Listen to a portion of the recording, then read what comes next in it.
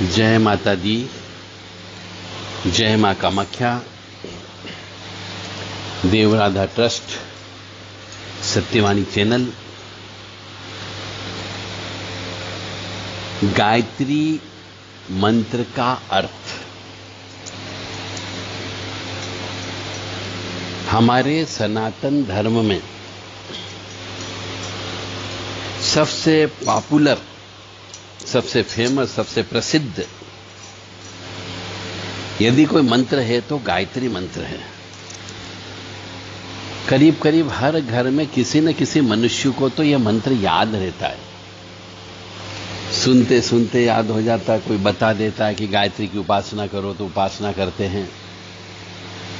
कुछ बच्चों को भी याद हो जाता है, कुछ माँ अपने बच्चे को संस्कार देती है तो भी गायत्री मंत्र से प्रारंभ करते हैं। और बहुत से ऐसे ब्राह्मण बालक जो गायत्री माँ की जप भी करते हैं, हवन भी करते हैं, परंतु उनको ये याद नहीं है कि गायत्री मंत्र का अर्थ क्या। और मैं तो कह रहा हूं ब्राह्मणों को गायत्री के मंत्र का अर्थ कंठस्थ होना चाहिए, क्योंकि उनका नियम है। ऐसे ब्राह्मण से ही जप तप कराना चाहिए, हवन करवाना चाहिए जो ब्राह्मण कुल में उत्पन्न हुआ हो और सवेरे सूर्य उदय के पहले उठ करके गायत्री मंत्र की माला जप करता हो, दोपहर में जप करता हो और संध्या बेला के समय पे जप करता हो, तो इसको संध्या करना बोलते हैं। त्रिसंध्या होना चाहिए। ऐसे ब्राह्मण के द्वारा जब कोई जप तप पूजा पाठ हवन अनुष्ठान किया जाता है तो ही सफल होता है। अब आजकल के ब्राह्मण ऐसे हो गए कि वो जप ही नहीं करते गायत्री माँ का, उनके पास समय नहीं है, देरी से सोते हैं। और कुछ ब्राह्मण ऐसे भी हो गए जो आजकल मांस मदिरा भी खाने पीने लगे हैं, शराब भी पीने लगे हैं। तो ऐसे जो त्रिसंध्या नहीं करते हो, जो मांस का भक्षण करते हो, शराब को पीते हो, ऐसे ब्राह्मण लोगों से जप तप हवन अनुष्ठान कराने से कोई फल प्राप्त नहीं होता है, ये मान करके चलें। तो आपको जब भी हवन करवाना हो, अनुष्ठान करवाना हो, जप करवाना हो, तप करवाना हो, योग्य ब्राह्मणों को आपको देखना होगा।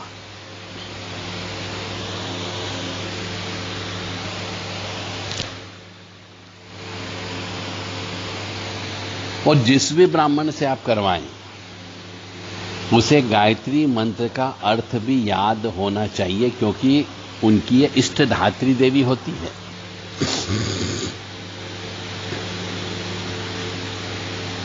ओम शब्द क्या है? ओम शब्द परमात्मा का मंत्र है, परमात्मा का नाम है। इसलिए हम हर मंत्र में ओम शब्द पहले लगा देते हैं। जैसे ओम भूर्भुवः स्वः तत्सवितुर्वरेण्यं भर्गो देवस्य धीमहि धियो यो नः प्रचोदयात्। तो यहां पे हमने ओम परमात्मा का मुख्य नाम लगा दिया। ऐसे ही ओम ऐं ह्रीं क्लीं चामुंडाय विच्चे, तो यहां भी हम परमात्मा का नाम पहले लगा दिया। कुछ कहते हैं नवाण, अरे नवाण तो है परंतु परमात्मा का नाम तो पहले लगाना ही लगाना पड़ेगा। इसलिए जब भी आप नवाण मंत्र की साधना करें, नवाण मंत्र के जप करें तो ओम लगाना न भूलें। और ओम शब्द जो है अ ओ अम, अ उ म, ये तीन शब्दों से मिलकर के ओम बना है। प्राणायाम करते हैं तब भी ओम शब्द बोला जाता है। और इसी अ उ म, इसी ओम में संसार की उत्पत्ति छुपी हुई है और संसार का प्रलय भी छिपा हुआ है। तो महामारी के समय पे जो मनुष्य रोजाना 1 घंटे तक ओम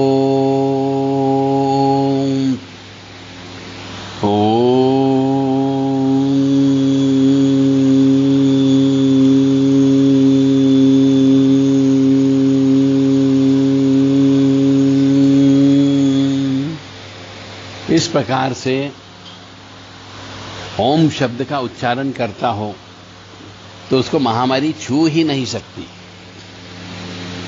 क्योंकि वो सीधा परमात्मा का नाम ले रहा है। तो इसी प्रकार गायत्री के मंत्र में भी ओम सबसे पहले लगा हुआ है, जो परमात्मा का मुख्य नाम है। अब हम गायत्री मंत्र के अर्थ की ओर ले जा रहा हूं मैं आपको। मंत्र तो कोई भी बता देगा आपको कि ये मंत्र कर लो, मंत्र बोल के भी सुना देगा, आप YouTube पर भी ले लोगे, मोबाइल से डाउनलोड कर लोगे, पर आपको यह ज्ञान होना अत्यंत आवश्यक है। आप जो मंत्र बोल रहे हैं वास्तव में उसका अर्थ क्या, आप ईश्वर से क्या चाहते हो, क्या आपको इस मंत्र से मिलेगा या नहीं मिलेगा, वो मैं आज आपको बताने जा रहा हूं। क्योंकि आप गलत दिशा में जाओगे तो वहां पे कुछ हासिल ही नहीं होना, भटक जाओगे। तो कोई भी मंत्र का आप जप करें, कोई भी मंत्र की साधना करें, उपासना करें, पहले उस मंत्र का अर्थ समझने का प्रयास करें कि वास्तव में वो मंत्र से आपको क्या चीज प्राप्त होगी। तो ओम में 3 शब्द है, अ ऊम, यानी कि 3 वेदों के प्रतिनिधि है ये। अपन ये भी कह सकते हैं कि ब्रह्मा विष्णु महेश है। और ओम शब्द जो ओमकार को ही ईश्वर का उच्चारण है। और जो मनुष्य ओम शब्द का उच्चारण करते हुए मृत्यु को प्राप्त हो जाता है, शरीर त्याग देता है, वह इस भव सागर की नाव से हमेशा हमेशा के लिए तर जाता है, यानी कि उसे इस आवागमन के चक्कर से मुक्ति मिल जाती है, यानी वह मोक्ष प्राप्त कर लेता है। इसलिए जिस मनुष्य को मालूम है कि अब मेरी मौत आने वाली है, सिरदर्द हो रहा है, सांस लेने में तकलीफ हो रही है और कोई तकलीफ होने वाली, जब बेहोश हो उसके पहले उस आत्मा को ओम शब्द का उच्चारण करते रहना चाहिए, ताकि वो इन सब बंधनों से मुक्त होकर के मोक्ष की ओर चला जाता है। ओम एक नाद है। ओम ध्वनि हमारे शरीर के अंदर भी बज रही है। आप दोनों कानों पर उंगली लगा करके देखो, कितनी भारी मशीन बज रही है, ऐसा आपको महसूस होता है। और यह ध्वनि कभी भी शांत नहीं होती, यह तभी शांत होती जब मनुष्य शांत हो जाता है।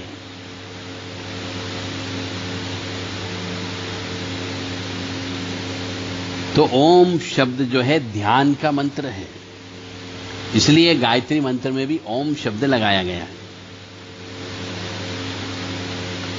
और ओम शब्द को किसी भी समय किसी भी स्थान पर कभी भी भगवान का आनंद लिया जा सकता है, उस परमात्मा के सच्चिदानंद स्वरूप का याद किया जा सकता है। वह सर्वव्यापी है, हर कण कण में व्याप्त है, हर दिशा में व्याप्त है, आपकी हर सांस में व्याप्त है। इसलिए ओम शब्द है। ओम की कोई लिमिटेशन नहीं है। तो ओम शब्द यह है, गायत्री मंत्र में परमात्मा का नाम है। भूर्भुवः, भूर का मतलब है प्राण आधार, सत्य स्वरूप। और भुवः, भूर्भुवः, भुवः भव यानी दुखों का नाश करने वाला ज्ञान स्वरूप। यानी ओम जो है परमात्मा का नाम है, वह प्राण का आधार है, सत्य स्वरूप है और दुखों का नाश करने वाला है, ज्ञान स्वरूप है। यह ओम भूर्भुवः शब्द का अर्थ है। स्वः स्वयं प्रकाशमान है, सुख स्वरूप है। तत् तत्सवितुर्वरेण्यम। अब एक एक शब्द इसमें अपन ले रहे हैं। तत् यानी कि अनंत है। ओम शब्द प्राण का आधार है, सत्य स्वरूप है, दुखों का नाश करने वाला है, ज्ञान स्वरूप है, स्वयं प्रकाशमान है, सुख स्वरूप है, अनंत अपार, सबका सार, सबको सत्ता प्रदान करने वाला है। तो ओम भूर्भुवः स्वः तत्सवितुर्व यानी सवितः, संसार को उत्पन्न करने वाला, चलाने वाला, इस संसार को चलाने वाला, संसार के लिए चलाने के लिए प्रेरणा देने वाला, पवित्र करने वाला, मन बुद्धि को भी चलाने वाला, वह है ओम। तो वरेण्यम यानी वने यानी अपनाने योग्य, पूजा या उपासना करने योग्य है। भर्गो देवस्य, भर्गो यानी तेज स्वरूप, सब प्रकार के अज्ञान, पापों, दुखों, रोगों, तापों और क्लेशों का नाश करने वाला। देवस्य यानी दिव्य ज्ञान देकर परमानंद प्रदान करने वाला देवता। धीमहि, धीमहि यानी हम ध्यान करते हैं उस परमात्मा का जो हमारी बुद्धि को, धियो यो नः यानी जो हमारी बुद्धि को प्रचोदयात यानी प्रेरणा देकर शुद्ध करती है। यानी इस प्रकार ये गायत्री मंत्र जो है ये तो ब्रह्मांड का मंत्र है, उस परमात्मा का गुणों का वर्णन करता है, परमात्मा के गुणों का वर्णन करता है। इसीलिए कहा गया है, मैं हिंदी में पूरा अर्थ बता देता हूं कि हे परमात्मा, आप सर्वशक्तिमान है, सर्वव्यापी हो, सबके पालन पोषण करने वाले हो, रक्षक हो, अंतर्यामी हो, आपके ही सबके प्राणाधार हैं, सबको सत्ता देने वाले हो, आप ही हमारे सब प्रकार के अज्ञानों को, दुखों को, रोगों को, क्लेशों को और चिंताओं को मिटाने वाले हैं और समस्त दुख, सुखों और आनंद को प्रदान करने वाले हो। आप ही हमारे कर्मों के साक्षी हो और बुद्धि को प्रेरणा देने वाले हो। हम एकाग्र चित्त से आपका ध्यान करते हैं और आपसे नम्रता पूर्वक प्रार्थना करते हैं कि आप कृपा करके हमारे बुरे कर्मों को हटाकर शुभ कर्मों में लगाओ, ताकि हमारा यह मानव जन्म सफल हो सके। ये गायत्री मंत्र का अर्थ है। यानी सीधा सीधा कोई भी मनुष्य किसी भी जाति धर्म का हो, जैसे कुछ लोग कहते हैं साहब गायत्री मंत्र ब्राह्मण के अलावा दूसरों को नहीं जपना चाहिए, जो बोलते बिल्कुल गलत बोल रहे हैं। कई जगह आपने सुना होगा, ब्राह्मणों के मुख से भी सुना होगा और कुछ महान ज्ञानी व्यक्तियों के मुख से भी सुन लिया होगा कि गायत्री मंत्र सिर्फ ब्राह्मणों का ही जप करने का अधिकार है, दूसरों को जप करने का अधिकार नहीं है। जबकि मैं कह रहा हूं गायत्री मंत्र कोई भी जाति का हो, कोई भी समाज का हो, चाहे अज्ञानी हो, कम पढ़ा लिखा हो, क्षुद्र हो, कुछ भी हो, हर आत्मा, हर मनुष्य की आत्मा, चाहे स्त्री हो, पुरुष हो, वृद्ध हो, बच्चा हो, विकलांग हो, कभी भी किसी भी समय, चाहे रात हो, दिन हो, संध्या बेला का वक्त हो, नहाते धोते, खाते उठते बैठते, हर समय उस परमात्मा को याद करना चाहिए। यह परमात्मा का नाम है। तो गायत्री मंत्र के लिए किसी की यह पूंजी नहीं है, किसी की संपत्ति नहीं है कि गायत्री मंत्र जप करने का अधिकार नहीं है। हर मनुष्य गायत्री मंत्र को जप कर सकता है और हर मनुष्य को सूर्य उदय के पहले 1 घंटा यदि वो गायत्री मंत्र जप कर ले तो उसके 80% ग्रह नक्षत्र तो स्वतः जो खराब फल दे रहे हैं वो अच्छा फल देने लगेंगे। करके तो देखो। पर आप कहेंगे हम सूर्योदय के पहले नहीं उठ सकते, फिर कहेंगे हमारे पास धन की कमी है, फिर कहेंगे मैं बहुत बीमार रहता हूं, मेरे परिवार में पैसा नहीं बचता है, बरकत नहीं होती है, पैसा तो आता पर पैसा पानी की तरह बह जाता है। ये 10 प्रकार के एक्सक्यूज मत दो। जो नियम है उसका पालन करो। सूर्य नारायण भगवान को हम पिता कहते हैं और ओम को परमात्मा कहते हैं। तो पिताजी के सामने जब वो उदित होने वाले रहते हैं, उसके पहले पूरब मुखी होकर के 1 घंटा पहले, सूर्य उदय के 1 घंटा पहले गायत्री मंत्र का आपको जप करना है।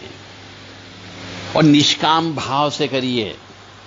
निश्चित तौर से जितनी भी शक्तियां हैं, चाहे 9 ग्रह की शक्तियां हो, चाहे वह 9 देवियां हो, चाहे वो 10 महाविद्या हो, चाहे वो आपकी कुल देवी हो, कुल देवता हो, पितृ देवता हो, सब आपकी मदद करते हैं, क्योंकि आप ईश्वर का नाम ले रहे हो।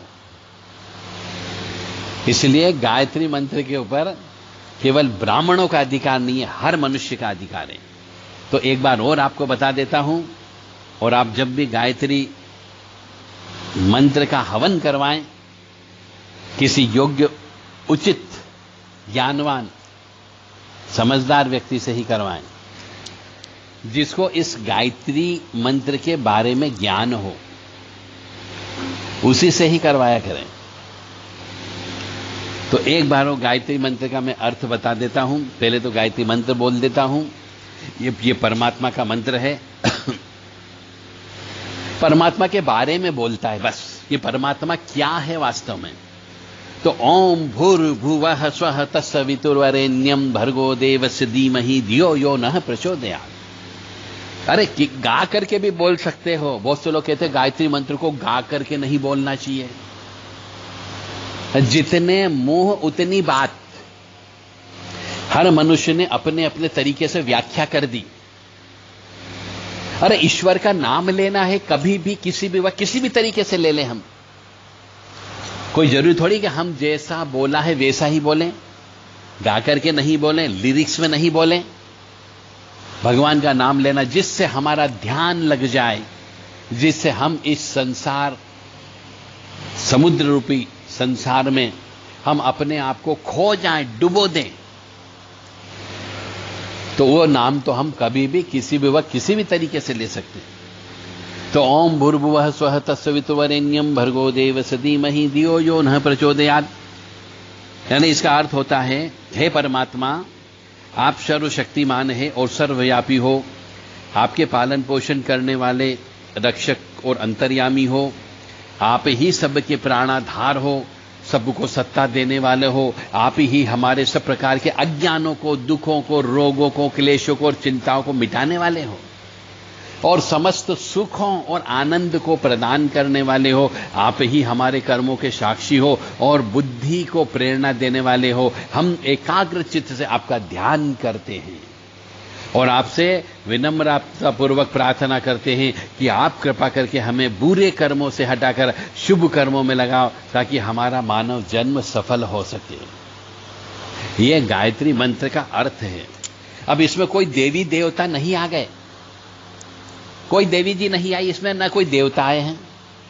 ये परमात्मा से हम प्रार्थना कर रहे हैं। ये ब्रह्मांड का मंत्र है, इसलिए इस मंत्र को ज्यादा से ज्यादा जप करो और परमात्मा से बारंबार बारंबार प्रार्थना करो कि इस महामारी के दौर में आप और आपका परिवार सुरक्षित रह सके, आपके पापों का नाश हो सके, आप सद रास्ते पर चल सको, उजाले की ओर जा सको। और अभी तक जो पाप कर्म कर लिए हैं उनके लिए आप ईश्वर से बारंबार बारंबार क्षमा मांगे। क्षमा मांगने के भी तरीके होते हैं, जो तरीके शास्त्र सम्मत हैं उस तरीके से आप परिहार करें। जो गलतियां की उनका परिहार करें, यानी जो गलती आप कर चुके हो, जो पाप कर्म आपको मालूम है कि पाप कर्म हो गया है, उसके लिए प्रायश्चित कर्म करिए। उसको परिहार करना बोलते हैं। और प्रायश्चित करने के लिए पूजा होती है, भगवान की आराधना होती है, वो आराधना अवश्य करना चाहिए। तो यदि आपने एक पाप कर्म भी किया है तो आपको 108 बार गायत्री मंत्र का जप करके हवन करना है। यदि आपने 2 पाप कर्म किए हैं तो 2 बार करना है।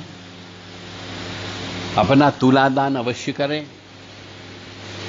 अब पाप कर्म कितनी बार किया, एक ही पाप कर्म कितनी बार किया वो भी गिनो और उतने गायत्री मंत्र से हवन कर डालो, तो ये पाप कर्मों का प्रायश्चित कर्म होगा। और यदि आपको नहीं मालूम कि मैंने कोई पाप कर्म किया, तो भी प्रायश्चित स्वरूप कि मेरे को यदि कोई बीमारी दुखी हो गई हो मेरे को यदि किसी प्रकार से तकलीफ हो रही हो, शारीरिक तकलीफ हो रही हो, मानसिक तकलीफ हो रही हो, आर्थिक तकलीफ हो रही हो, सामाजिक तकलीफ हो रही हो, तो भी आप प्रायश्चित स्वरूप गायत्री मां का हवन करना प्रारंभ कर दें, तो निश्चित तौर से आपको उस परमपिता परमात्मा की कृपा प्राप्त होगी। जय माता दी, जय मां कामाख्या। मां भगवती, जगत जननी, आद्य शक्ति भवानी, आल्हादिनी शक्ति, कष्ट निवारिणी, दुख निवारिणी, महिषासुर मर्दनी, चंड मुंड नाशिनी, क्लेश नाशिनी, पाप नाशिनी, आपको सुखी रखे, स्वस्थ रखे, प्रसन्न रखे, और अपराध जो कर लिया उसकी क्षमा प्रार्थना भी करें। क्षमा प्रार्थना करने के लिए आह्वानम न जानामि विसर्जनम पूजाम चैव न जानामि चम्यतम परमेश्वरी, मंत्रहीनम क्रियाहीनम भक्तिहीनम सुरेश्वरी, यत् पूजितम मया देवी परिपूर्ण तदस्तु मे, यद क्षर पद भ्रष्टम मात्राहीनम च यद भवेत् तत्सर्व क्षम्यतम देवी प्रसीद परमेश्वरी। इस प्रकार से आपको कई किताबों में यह क्षमा प्रार्थना मिल जाएगी। तो इस प्रकार से आपको भगवती जगत जननी के सामने, परमपिता परमात्मा के सामने क्षमा मांगना चाहिए।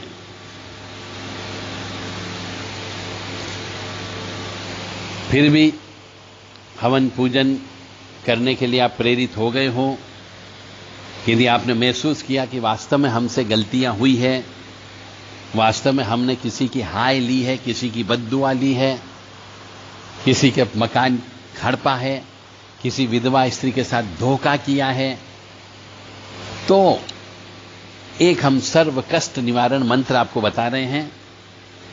ये सर्व कष्ट निवारण मंत्र रोजाना घर में सुने, और जब तक ये मंत्र चलता रहता है गूगल की धुनी अवश्य दें, ताकि आपको परमपिता परमात्मा पसीज करके, हो सकता है कभी माफी दे दे तो दे दे। प्रयास करना आपका धर्म है, क्योंकि आप मनुष्य हो, वो परमात्मा है। तो सर्व कष्ट निवारण मंत्र, चाहे आपको बीमारी लगी हो, चाहे आप दरिद्री हो गए हो, चाहे आपकी दुकानदारी चलना बंद हो गई हो, आपकी सर्विस छूट गई हो, या फिर और भी हजार प्रकार की बीमारियां होती है, हजार प्रकार के कष्ट होते हैं, उन सब कष्टों का वर्णन हमने इस मंत्र में शामिल है। इसको सुनो, सर्व कष्ट निवारण मंत्र। बस इस मंत्र की एक ही खासियत है कि इस मंत्र को रोजाना 21 बार सुनना चाहिए, और गूगल की धुनी घर में अवश्य देना चाहिए, या फिर नींबू काट देना चाहिए आखिरी में। अगर गूगल की धुनी ना हो तो आपको लौंग, काली राई जो उसमें रहती, जीरा, अजवाइन, ये सब की धुनी अवश्य दे दें। शक्कर और मिश्री भी उसमें डाल दें, घी भी डाल दें, और इसकी धुनी पूरे घर में घुमा दें। तो ओम ऐं ह्रीं क्लीं ह्रीं श्रीं क्लीं हुम हम राम ह्रीं रूम रेम रोम रम रहा। श्री महाकाली, महालक्ष्मी, महासरस्वती, महाचंडी, चामुंडाय, 64 योगिनी सहिताय, श्री महाकाल कालाय, महाविकराल भैरवाय, प्रचंड भूतेश्वर, रौद्र क्षेत्रपालाय, मार्तंड भैरवाय, काल भैरवाय, बटुक भैरवाय, स्वर्णाकर्षण भैरवाय, महारौद्र भैरवाय, वीरभद्राय, कल्पांत भैरवाय, कंकाल भैरवाय, असितांग भैरवाय, रूर भैरवाय, उन्मुक्त भैरवाय, चंड भैरवाय, कपाल भैरवाय, क्रोध भैरवाय, भीषण भैरवाय, संहार भैरवाय, पाताल भैरवाय, आकाश भैरवाय, बावन भैरवाय, 49 मरुतगण। इन सबसे हम प्रार्थना क्या कर रहे हैं? मम व्यापार वृद्धि राम रीम रूम बलेन फट कुरु कुरु स्वाहा। मम ग्रहे धन धान्य सुख समृद्धि आनंद मंगल पूरे पूरे श्रीम रीम ग्लीम हुम हम फट कुरु कुरु स्वाहा। मम ग्रहे मम कुटुंबे रिद्धि सिद्धि लक्ष्मी शुभ सौभाग्य देहि देहि श्रीम रीम ग्लीम हुम हम फट कुरु कुरु स्वाहा। मम दारिद्र मथ मथ हन हन श्रीम रीम ग्लीम हुम हम फट कुरु कुरु स्वाहा। मम पापम मथ मथ हन हन श्रीम रीम ग्लीम हुम हम फट कुरु कुरु स्वाहा। आरोग्यम स्वास्थ्य दोष निवारे निवारे श्रीम रीम ग्लीम हुम हम फट कुरु कुरु स्वाहा। मम सर्वकार सिद्धि निर्विघ्नम साधे साधे श्रीम रीम ग्लीम हुम हम फट कुरु कुरु स्वाहा। मम सर्व विघ्न सर्व कष्ट सर्व बाधा सर्व संकट चूरे चूरे विनाशे विनाशे निवारे निवारे श्रीं ह्रीं क्लीं हुम हम फट कुरु कुरु स्वाहा। मम सर्व रोग नाशे नाशे हारे हारे चिंदी चिंदी बिंदी बिंदी श्रीं ह्रीं क्लीं हुम हम फट कुरु कुरु स्वाहा। परतंत पर मंत पर यंत पर विद्या पर क्रिया उच्चाटे उच्चाटे श्रीं ह्रीं क्लीं हुम हम फट कुरु कुरु स्वाहा।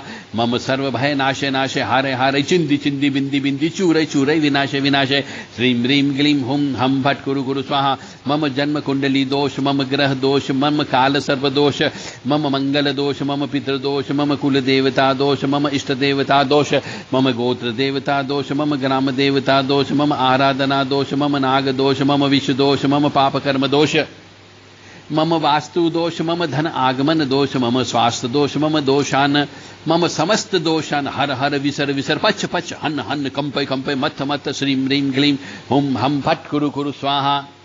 मारण मोहन वशीकरण स्तंभन उच्चाटन कीलन उदासन इति षटकर्म विनाशनाय स्वाहा। ओम ऐं ह्रीं क्लीं ह्रीं श्रीं क्लीं हुम हम राम ह्रीं रूम रें रोम रम रहा।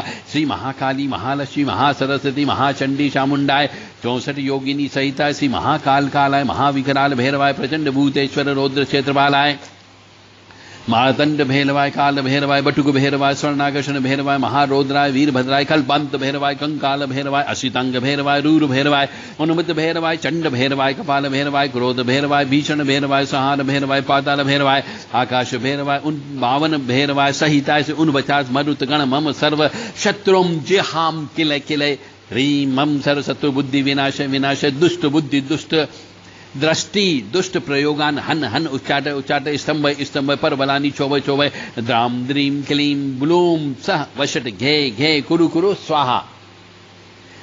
देवी पुत्र बटुकनाथ कपिल पिंगल जटा भार भासु तीने चु ज्वालामुख सर्व शत्रु नाश नाशे श्रीं ह्रीं क्लीं हुम हम फट कुरु कुरु स्वाहा। ओम ह्रीं क्लीं कपालिनी कंकालिनी मम सर्व शत्रु भक्ष भक्ष दह दह हन हन पच पच मत मत ग्रस ग्रस पीब पीब खाते खाते हिंस हिंस मारे मारे भिंदी भिंदी छिंदी छिंदी उच्चाटे उच्चाटे द्राम द्रीम द्राव दावे शोषे शोषे नाशे नाशे मर्द मर्द चरवे चरवे चूरे चूरे चूसे चूसे घाते घाते कीले कीले छेदे छेदे ध्वंसे ध्वंसे त्रासे त्रासे व्यथे व्यथे छोबय छोबय संतापय संतापय भ्रामय भ्रामय उन्मादाय उन्मादाय उन्मूल उन्मूल रम रम खेम खेम घेम घेम भ्रैम भ्रैम ठम ठम दुम दुम कुम कुम लिम लिम चम चम हुम हुम ह्रीं ह्रीं हम फट फट ठ ठ कुरु कुरु स्वाहा। ओम चौम याम राम लाम वाम आम ग्रोम राम ह्रीं ह्रीं ब्लीं चौम होम महाकाल कालाय मम सर्व शत्रु भक्ष भक्षे नाश नाश ह्रीं होम फट फट ठ ठ कुरु कुरु स्वाहा। विवाह बाधा शिक्षा बाधा तंत्र बाधा साधना बाधा प्रगति में बाधा चिंदी चिंदी बिंदी बिंदी पच पच हन हन कंपय कंपय मथ मथ श्रीं ह्रीं क्लीं हुम हम फट ठह ठह गे गे स्वाहा। सर्व सृष्टिकारिणी परमेश्वरी सत्य विज्ञान स्वरूपा नित्या सर्व दुस्वप्न प्रवेदन सर्व यंत्र प्रवेदन सर्व यंत्र प्रभंजन सर्व नाग विमर्दन सर्वदेव महेश्वर सर्वबंधन विमोक्षण सर्वाहित प्रमर्दन सर्व जर प्रणाशन सर्व ग्रह निवारण सर्व पाप प्रश्वनम श्रीं ह्रीं क्लीं हुम हम फट कुरु कुरु स्वाहा। इस प्रकार इस मंत्र को आप सुने, गूगल की धुनी दें और कम से कम 21 बार इसको अवश्य सुने, तेज आवाज में सुने, ताकि आपके शरीर में, आपकी शरीर के आसपास की यदि ऑरा आपकी खराब है या कोई नकारात्मक ऊर्जा है तो वह स्थान को और शरीर को छोड़ के जा भी सकती है। पूर्ण समर्पण भाव से करिएगा।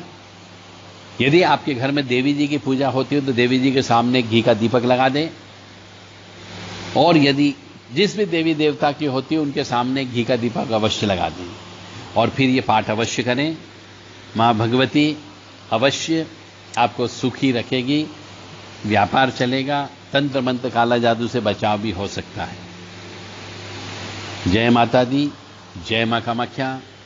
मैं पुनः कहूँगा सभी धर्म प्रेमी बंधुओं से, यदि सुखी रहना चाहते हो तो ईश्वर ने जो आपको धन संपत्ति दौलत जो भी दी है, कमाई का जरिया दिया है, उसमें से ईश्वर को किराया स्वरूप 10% राशि दान में अवश्य निकाला करें। और सुखी रहना चाहते हो तो मासिक धर्म के नियमों का, रजस्वला के नियमों का, स्त्री की अशुद्धता के नियमों का पालन बहुत कड़ाई से करो, अन्यथा आपको कष्टों से कोई भी नहीं बचा सकता। जय माता दी, जय मां कामाख्या।